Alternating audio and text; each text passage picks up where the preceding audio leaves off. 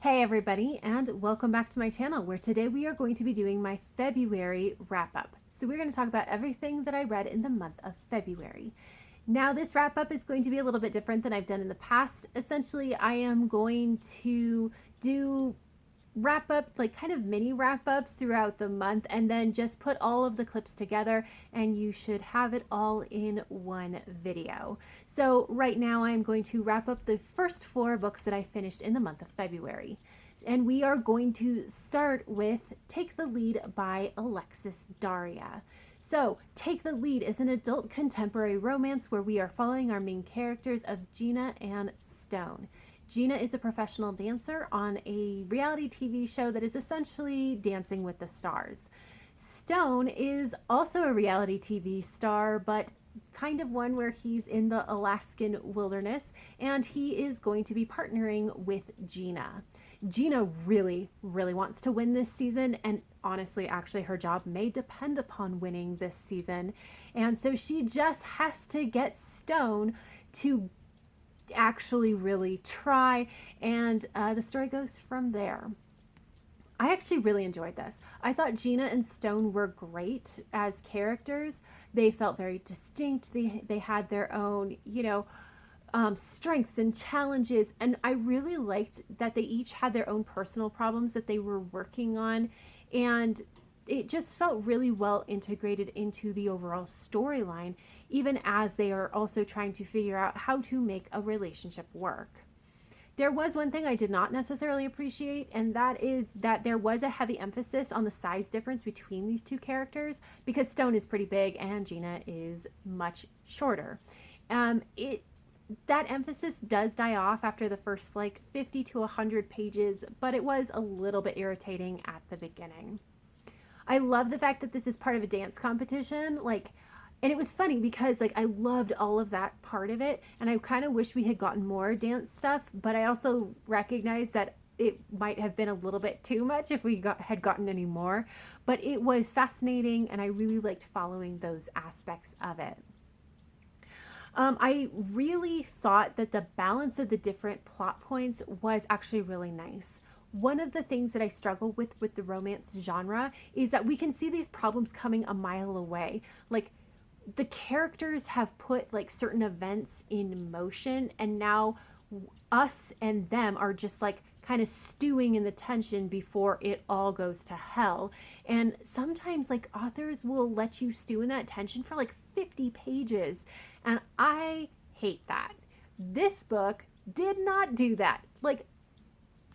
There was a point where one of the characters put the events into motion, and within 10 pages it was done. It had already happened, and now we were dealing with the aftermath. And that's the kind of balance that I really like, where the problems that we see coming happen very quickly, and then we spend more time with the characters afterwards, kind of dealing with how they feel about it. And so that worked really, really well. I think the part that I did not enjoy the most about this book is that the writing is really repetitive. Honestly, we could have edited a lot of it out, and it would have been a much stronger book. But I did find, even though it was a little distracting, I didn't find that it really detracted from the book. And I ended up giving this 4 stars. And then I finished Dead Weight: Murder at Camp Bloom by Terry Blas. This is a young adult graphic novel where we are following these teenagers who are at fat camp, and 2 of them witness the murder of a camp counselor, and they rope the other 2 into trying to figure out who done it. And the story goes from there.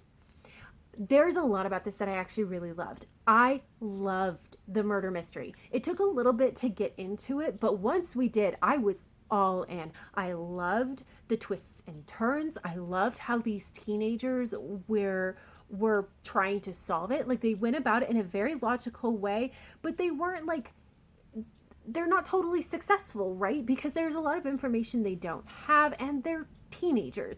But I really appreciated that once it was clear that they were on the wrong path, they adjusted, and they did so in a logical kind of way.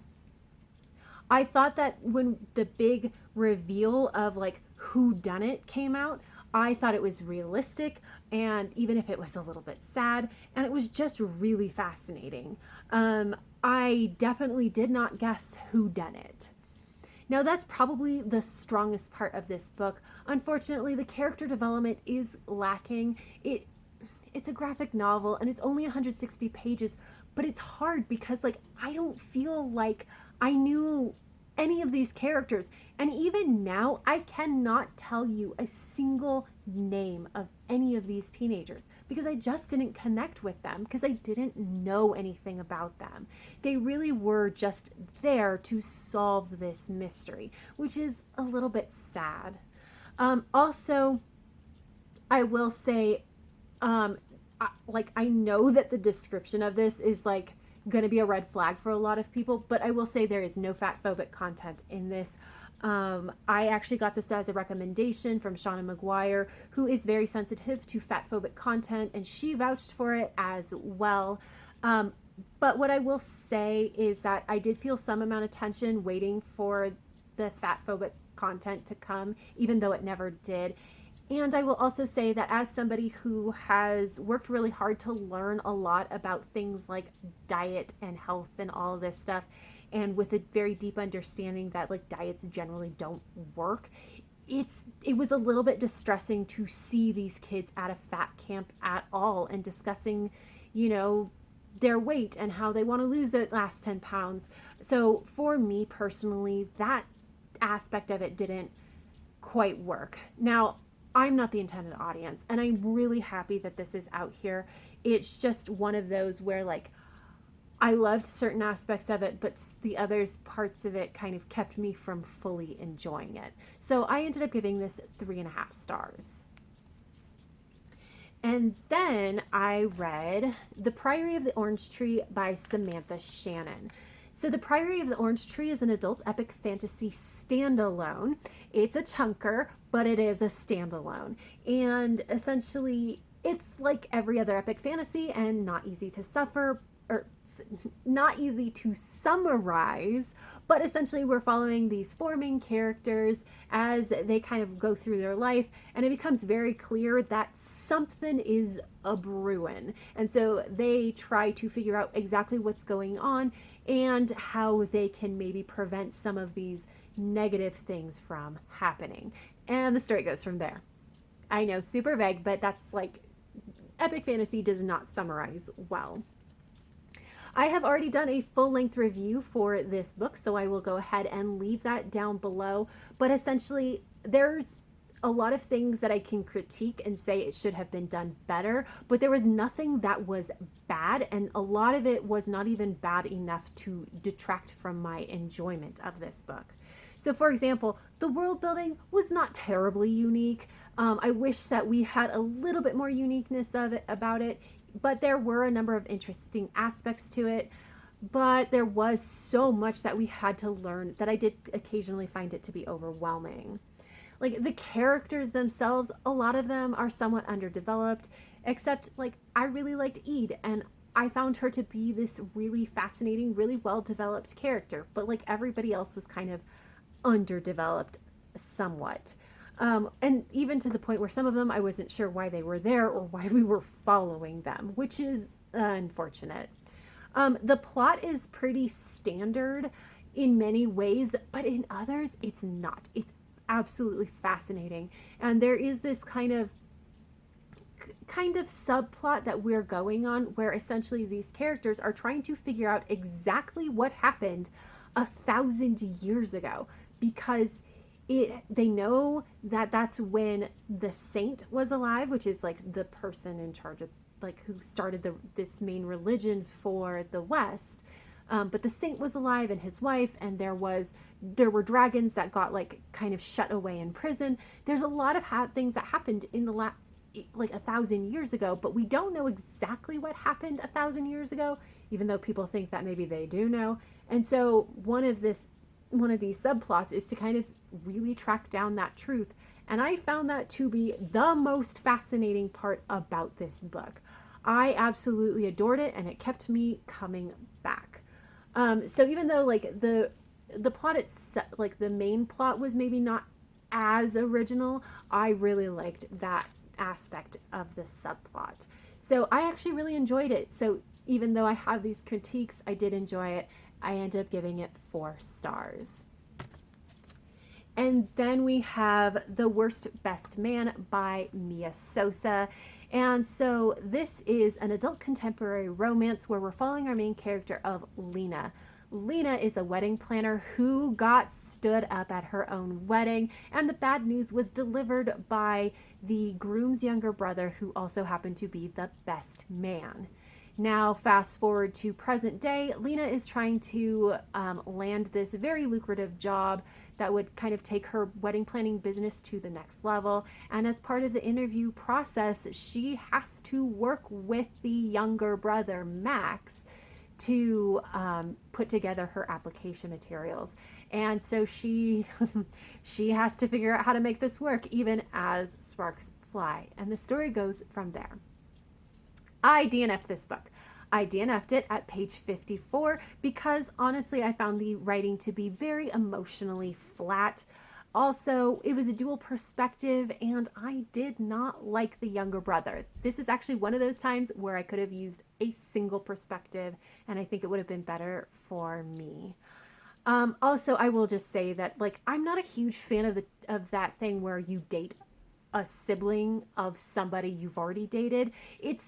It happens. I know that it does, but it's one of those things where the author has to work a little bit hard to convince me that like this is the right answer. And at the beginning, I definitely didn't get any indication that that was going to work out.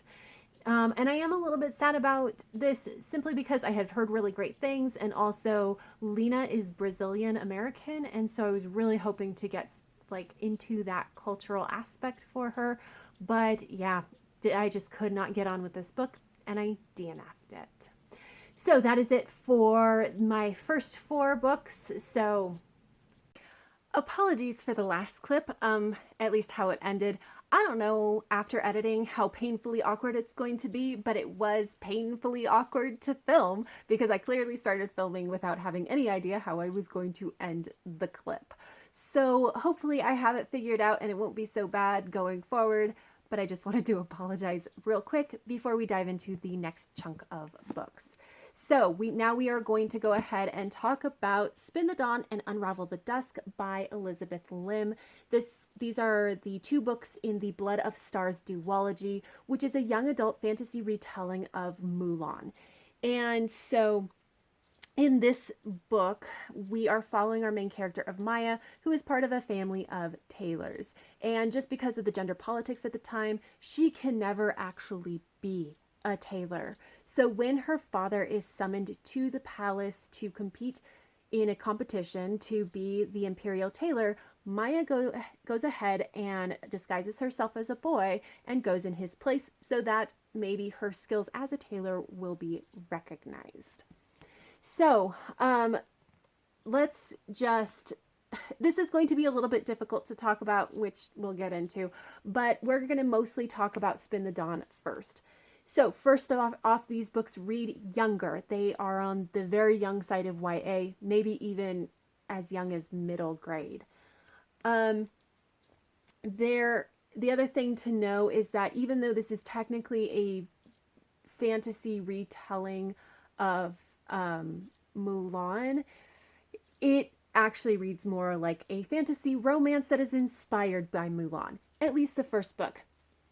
Spoiler alert, I actually DNF'd the second book. So, and we'll get into the reasons why, but at least the first book definitely read more like a fantasy romance. And it is a romance that some people are going to have a lot of problems with because the love interest has significantly more power than Maya and is significantly older than Maya. Now, in the first book, there was only one time where it was a little bit touch and go with it being an issue. Not really because Maya pushes back pretty hard, but mostly like it was just a very, very sweet romance. But it's kind of hard to overlook that power difference between the two. I was able to because like honestly, everybody has a trashy favorite and this is mine. But I know that it won't work for a lot of people. Now, I also want to say that it sounds like this duology is really going to be about that competition, and that's incorrect. The competition is over in the first half of the first book. It's already over. And then at the second half, Maya ends up going on this journey, which I didn't love because obviously that means that I wasn't expecting it. But also, one of the things that I really thought was a strong point of the first book is that we get to see Maya's creativity coming alive on the page, right? Like, we get to see how she designs these various articles of clothing, and it was fascinating, and I loved it. And we didn't get nearly as much of it in the second half. And in the start of the first book, at least what I read, we got absolutely none of it. So, yeah, again, did not love that part of it. And like Maya herself is not, we don't really get to know her very well before she's like embroiled in this romance, and then everything is about the romance. And so I didn't actually really care about Maya. I finished the first book because I was invested in the storyline, but I didn't actually care about Maya herself. And so leads me to the problems that I had with book two and why I actually ended up DNFing it. And that's because book two leaves off where book one finishes. And so Maya is just got all these problems that she's got to deal with. And I didn't care. I didn't care about Maya, and I didn't care about her problems. And I sure didn't care how she was going to fix them. And additionally, some of these problems felt a little weird and like they didn't make sense logically. And it was just obvious that this was a setup to like continue the story. And so I didn't have the connection that I needed to the character because I just didn't get to know her in Spin the Dawn. And where it, as in Spin the Dawn, I was invested in the story, I was not invested in the story at all in Unravel the Dusk. So I ended up DNFing it around page 58. Spin the Dawn, I gave 3.5 stars. And I don't know how to recommend this because honestly, this was a duology that just really wasn't for me because of how young it was and the fact that it was a more fantasy romance heavy. So I don't feel confident saying that this is a bad book. I know a number of people had problems with the second one.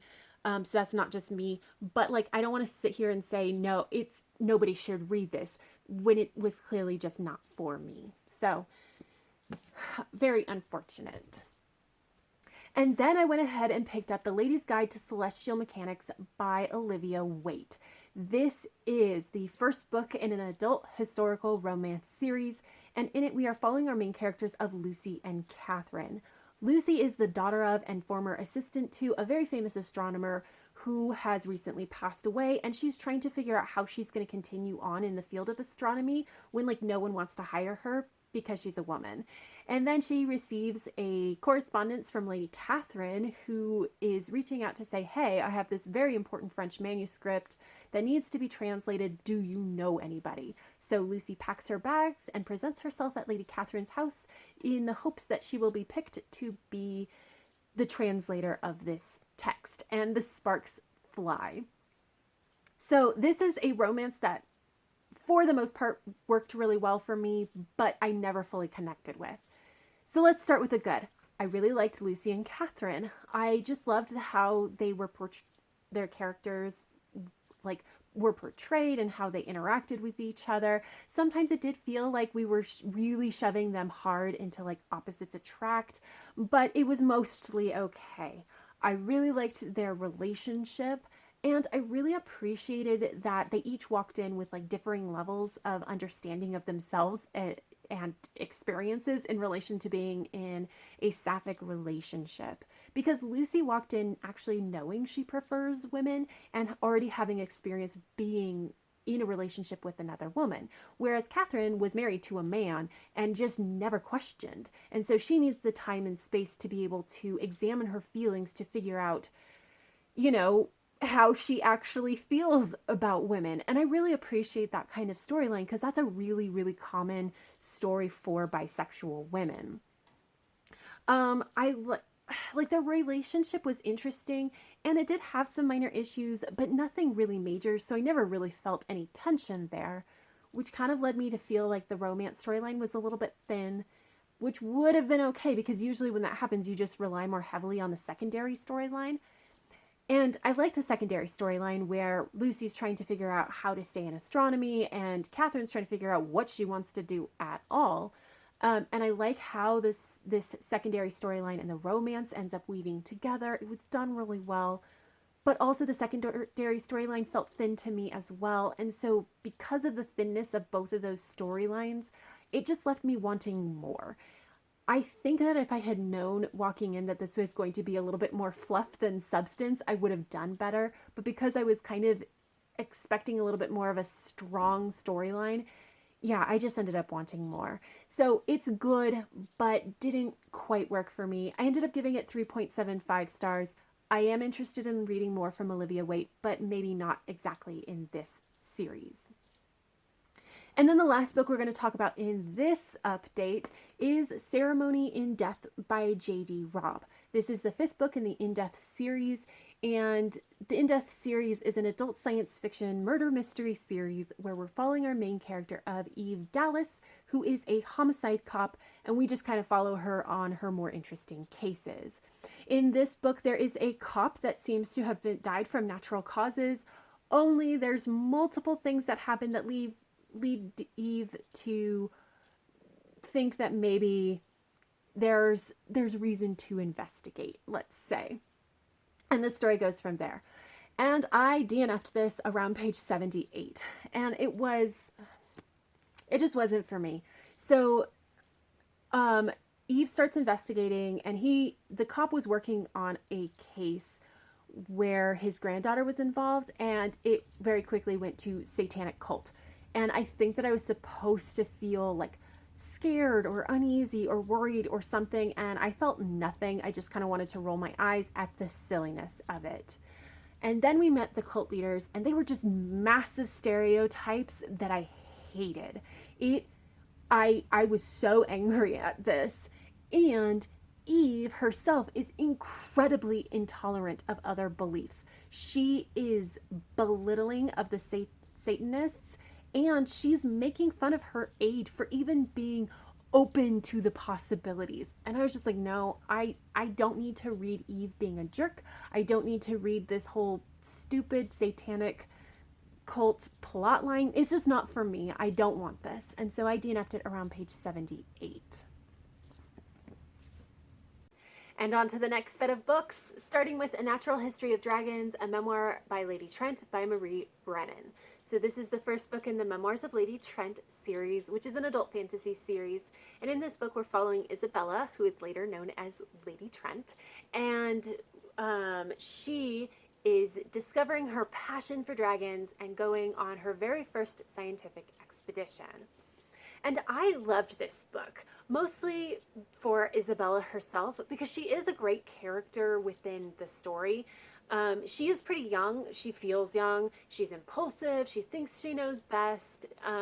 But also, I found it really fascinating to try for her to, watch her figure out what her place in society is going to be, because she doesn't quite know the limits of what she's allowed. She just knows that she really wants to be a scientist and study dragons in this world that really says that because she's a woman, she can't. And so she's kind of trying to figure out where she can fit in. And I really appreciated that particular journey in this book. But also, this is Lady Trent's memoir. So Isabella, Lady Trent, is the one writing this. And so she's also the narrator. And she is looking back on these memories, from decades in the future. And so she has these interjections that are insightful and funny. And honestly, I just really appreciated old Isabella so much in this book. There is quite a bit of world building. It is very focused on the dragons because that's what Isabella is focused on. And I honestly had no problems with that. This world is definitely high fantasy, so it's not Earth, but it feels very Victorian-esque, so I didn't really feel an overwhelming need to dive much into a lot of like socio-political kind of world building. So I was perfectly content to stay with the dragons. And I absolutely adored going on this expedition with Isabella and like discovering these new scientific facts about dragons with her. I really appreciated that. The plot itself, like, I mean, the plot is that she goes on this scientific expedition. There is things happening other than that. There is like this mystery that kind of gets worked in, which I was not expecting at all. I do think that it worked pretty well and I enjoyed it. I just didn't really know where we were going almost ever. And it was actually okay. I was completely along for the ride and I very much enjoyed it. I think it wrapped up really nicely. Um, the writing, honestly, in this is what killed me. It is that slightly stiff, more formal kind of writing style that you frequently get with older books or like modern steampunk, and is a style that I just don't get on with. Like, it's fine, I can muddle my way through. It's just not my preferred thing. It does keep me at a little bit of a distance from the story itself. That's what it did with this book as well, and that is why I ended up giving this 4.5 stars instead of a full 5 stars. Still really good though, and I'm definitely going to continue on with this series. So then I read 6 volumes of Lumberjanes, and volume 1 is Beware the Kitten Holy. Volume 2 is Friendship to the Max. Volume 3 is A Terrible Plan. Volume 4 is Out of Time. Volume 5 is Band Together. And Volume 6 is Sink or Swim. So, Lumberjanes, an elementary school graphic novel series by Noelle Stevenson. That is the writer. And essentially we're following these 5 girls at Lumberjanes camp, which is essentially like Lumberjanes is like scouting, basically. So they're there to have fun and get badges, but there's a lot of weird things happening at this camp that definitely tend more towards supernatural, and somehow these 5 girls always seem to be in the thick of things. And it all kind of goes from there. Here's what I will say. I am not the intended audience of this, and eventually that is what kind of got to me a little bit about this. So first off, the good. I like the coloring on this and most of the artwork. I actually like the different like wacky hijinks that they got up to. I thought that they were really fun. I love the girls. I love that they're so different from each other, but they kind of have found a way to make it work. But it doesn't mean that it's like a frictionless friendship. They fight occasionally, they hurt each other's feelings, and then they talk about it and work it out. And I just appreciate that it isn't super easy all of the time, especially because like they are completely different personalities, and so it would make sense that there would be issues on occasion. The thing that I didn't like about this, and actually why I ended up, I have decided to stop reading this, decided to not continue on in this series, is that wacky hijinks is not 100% my jam. Like, that's not really what I tend towards. I can definitely enjoy it, and in this case I did, but it's not ever going to pull me to a series if that's all it is. And that's kind of all this is. There may be an overarching plot that we're going to get to eventually, or like we're eventually going to find out what's going on with this camp, but I don't feel like there's enough of figuring out what's going on to really be enough for me. So I think that this is great for elementary school kids. I think that they would have a really, really good time with it, but like I just didn't and end up having a great time. Like, I just kept wanting more from it. And so yes, I read 6 volumes. They were all rated between 3 and 4 stars. From my own personal taste, I think that elementary school kids would probably rate it even higher if they like did the rating thing. But I am going to go ahead and just not continue this series anymore because it's not quite giving me what I'm looking for. And then I picked up The Binding by Bridget Collins. And so this is described as, um, okay, it's described as a fantasy where our main character of Emmett is a farmer until he is requested to be the apprentice for the bookbinder. So the bookbinder is just that. They bind books, and they also keep the books. I'm not entirely, okay, like, spoiler alert, I DNF'd this, so I didn't quite get into how exactly all of this worked, but essentially, like, people go to the bookbinder and they are able to transfer their memories to these books, and then they no longer have those memories. And so Emmett is going to be an apprentice to them. And that's pretty much how it's described in, like, the description for this book. Like I said, I DNF'd this because, first of all, this is historical. It doesn't specify time or place. I believe it is England, like 1900s, maybe earlier, like early 1900s, maybe 1800s. I don't think it's much earlier than that. They're talking about medicine shows, which would, or something similar to a medicine show, and how they kind of had it set up. I would expect it's like late 1800s, early 1900s. But anyway, historical, at the very least, it's historical, and I don't do historicals very much. I am very, very picky about them. So I was not pleased with that. But also, I was struggling with the writing and, like, not how the sentences are constructed, but like how our author is choosing to reveal facts was really frustrating to me, because it was definitely trying to play up the mystery, and it was just that kind of, like, trying to be coy and not really pulling it off very successfully.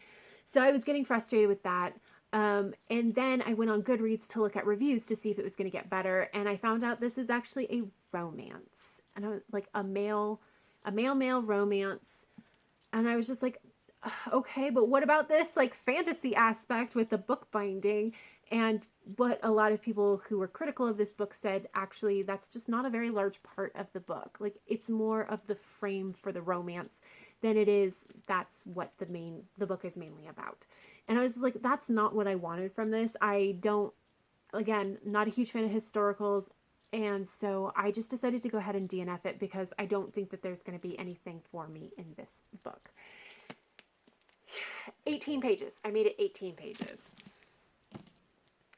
And then we have Iron Widow by Xiran Zhao, and this is the first book in a young adult fantasy sci-fi blend kind of series, where essentially we're in this world where there are not constant, but very, very regular attacks from, like, local wildlife, aliens, nobody's quite sure, but essentially they are animals, and their husks are made of this spirit metal that humans are actually able to turn into these, what they call chrysalis, but are basically mecha. And they are piloted by two pilots who are channeling their chi to make it move. But the primary pilot is always a boy, and the co-pilot or concubine pilot is always female, and very frequently that girl will die in the process of piloting this. Very patriarchal kind of society. But our main character is Zetian, and she is decides that she's going to volunteer to be a concubine pilot, potentially die, so that she can get close to the pilot that killed her sister. And the story goes from there. And what I will say about this is I am completely biased towards this book because I loved it with my whole heart. So Zetian is a very angry character because she is she's a girl in this society that tells her exactly what she can and can't do, and she does not fit that mold very easily, and she's very angry about it. And she, instead of giving up and, like, scrunching herself down to fit this mold, she decides to fight back. And I really appreciated that aspect of it. The world building of this is very, very cool. I thought it was so interesting. It feels very unique to me. I was very excited about that. The plot itself was very good. Like, I never, again, this is another one where I never quite knew where we were going, because like, it's just not completely clear, but I was absolutely along for the ride. And the ending was definitely like, oh my gosh, I need the next book, like right now. What I will say is this is probably not going to be for everyone because it is very angry, to be honest. Like, our main character is angry at this system, and there are a lot of instances where she tries to do something and is then blocked by the system because she's a girl, and that's literally all it is she's a girl. And they have, like, this society collectively has decided to devalue the lives of girls. And so it is a very angry book, and I don't think that that's necessarily going to be for everyone. However, I think it's the kind of anger that a lot of women and femme presenting people will absolutely understand. So I loved this. I gave this 5 stars. I think that everybody should at least check it out and give it a chance, but I do recognize that it's not for everyone.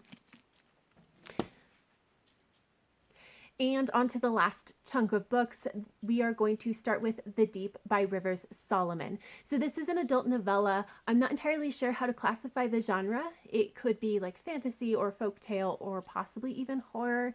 Not entirely certain, but we are following our main character of Yetu, and Yetu is part of the Wajinru people, or the mermaids. And essentially their origin story is that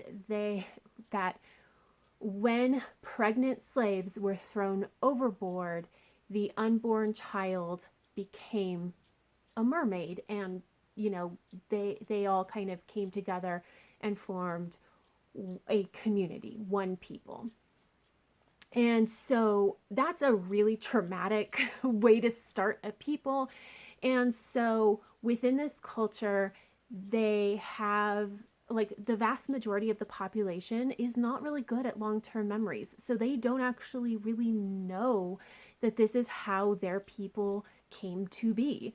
Instead, all of the memories reside with one person, the historian. And in this case, the historian is Yetu.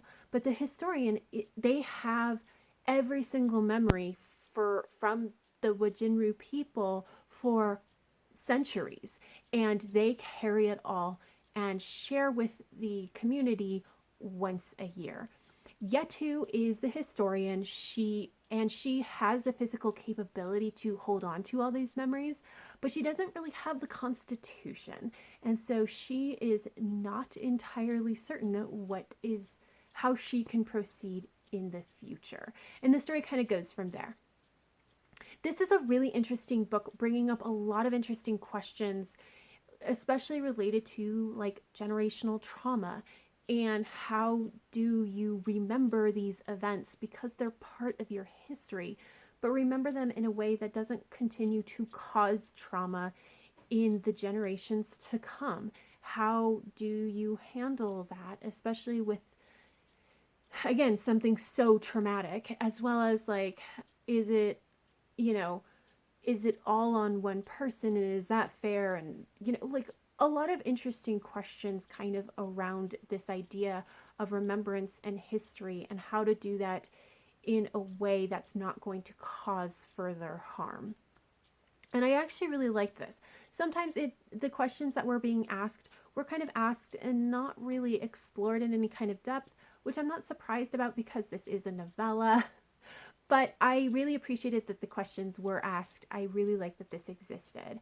Yetu is an interesting character, and how she's written is like, I definitely related to her.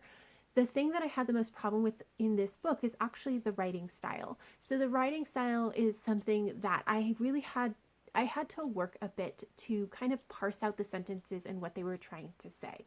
Now, when that happens for me,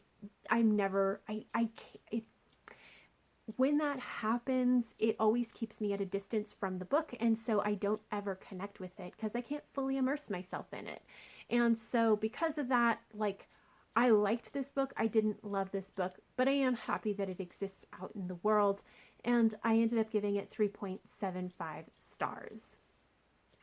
So then I picked up Not Your Sidekick by C.B. Lee. So this is a YA superhero story. We are actually set in the future after like World War III, solar flares, nuclear meltdown, all kinds of stuff. And essentially that those solar flares activated some recessive genes in humans, and they developed superpowers. Enter our main character of Jess. Jess is the daughter of two superheroes, and she has not shown any signs that she is going to manifest superpowers. And this is really, she's really unhappy about this, but she decides to go ahead and turn her attention elsewhere, and she gets an internship at this company, and it turns out that this company is kind of a front for the local supervillains.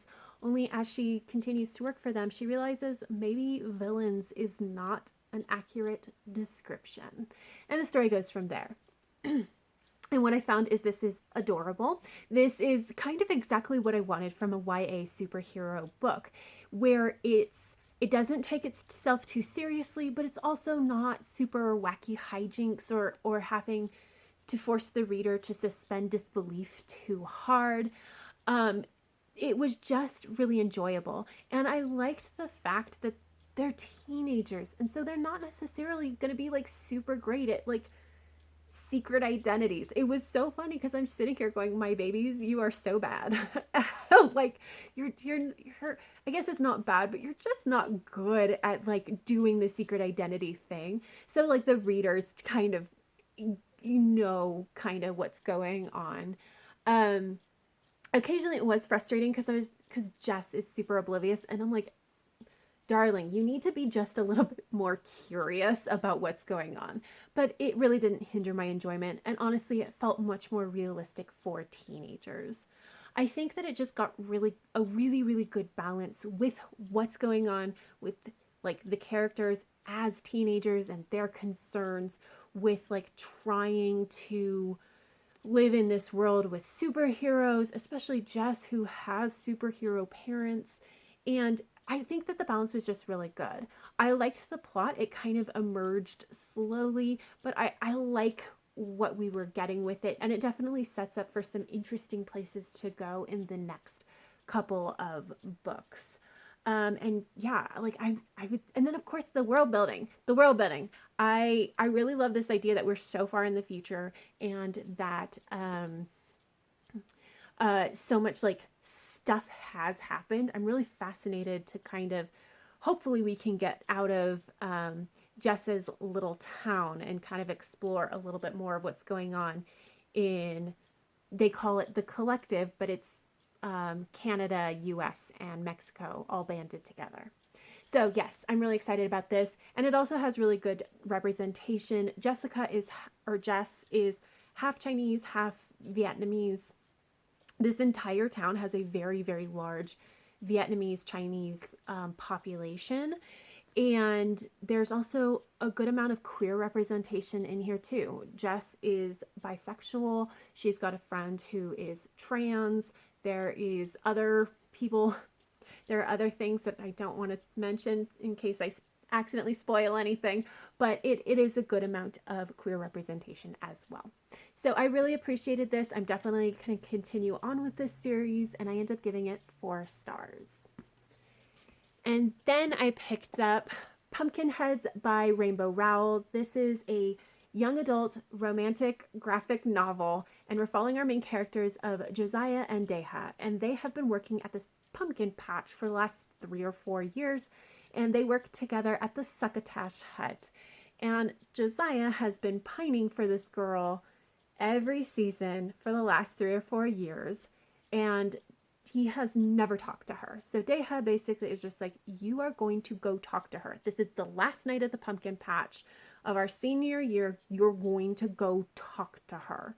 And so they are on a mission to go find this person, but of course things are never quite that easy.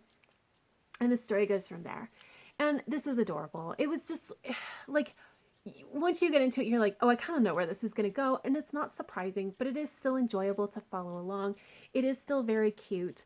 I really enjoyed actually the artwork, and I enjoyed the amount of text that we had. Like, I think it was a really good amount where it was text when we needed a little bit more additional kind of stuff, but a lot of the art took care of telling the story.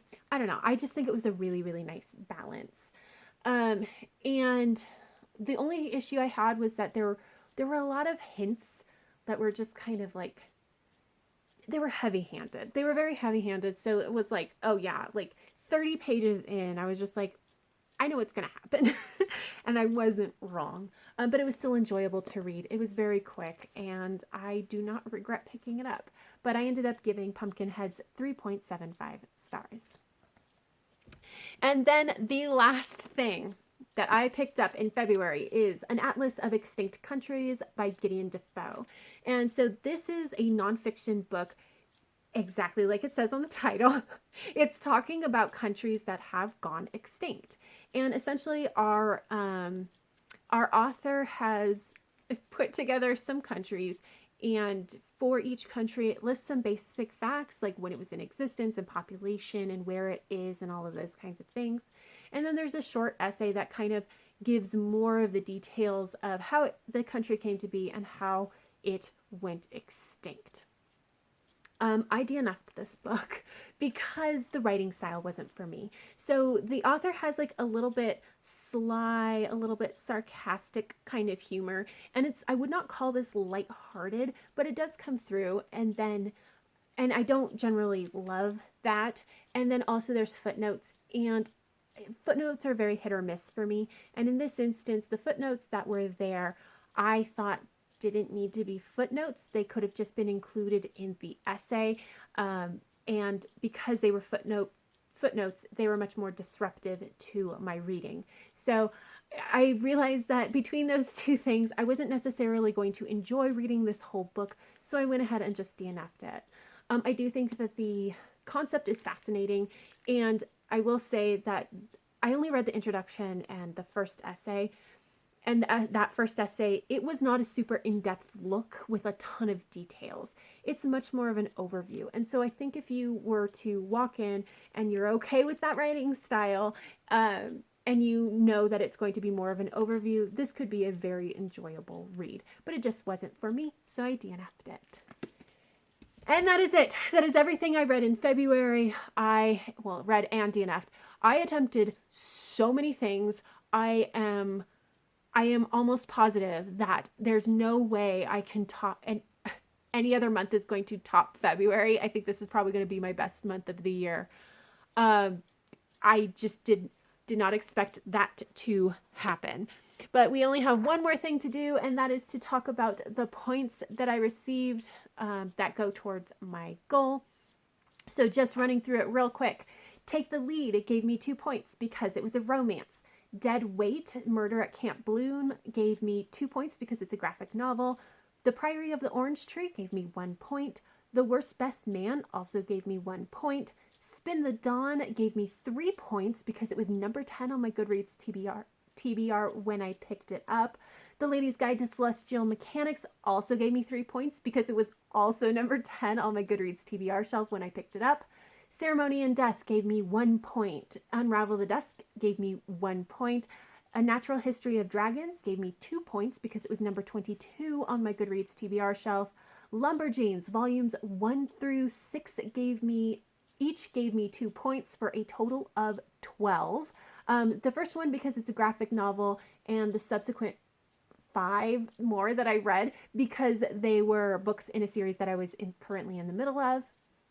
The Binding gave me 1 point. Iron Widow gave me 1 point. Buffy the Vampire Slayer volumes 1 and 2 each gave me 2 points for a total of 4. Again, the first one because it was a graphic novel. The second one because it was the next book in a series that I'm currently in the middle of. The Deep gave me 2 points because it was number 29 on Goodreads. Not Your Sidekick gave me 3 points because it was number 4 on my Goodreads TBR shelf. Pumpkinheads gave me 2 points because it was a graphic novel, and An Atlas of Extinct Countries gave me 1 point. So all told, that is 42 points, which is a lot. Adding together what I got in January, I am currently sitting at 71, which means that probably in March or maybe in April, I am going to hit my goal of getting to 100 points. Now, my original goal was to get to 100 points by the end of June, so I'm going to have to figure out what I'm going to do, whether I'm going to adjust my goal or just create a stretch goal or something else. I don't know, we'll see. But I'm already like almost 3/4 of the way there, so I'm going to have to figure something out. But that is it. This is my very, very long wrap up. Let me know down below if you have any thoughts or feelings about any of the books that I mentioned here, or if you just want to let me know what you are reading in February. But that is all I have for this video. So if you liked it, please give it a thumbs up. Subscribe if you want to. And until next time, have happy reading, and I will see you in my next video. Bye.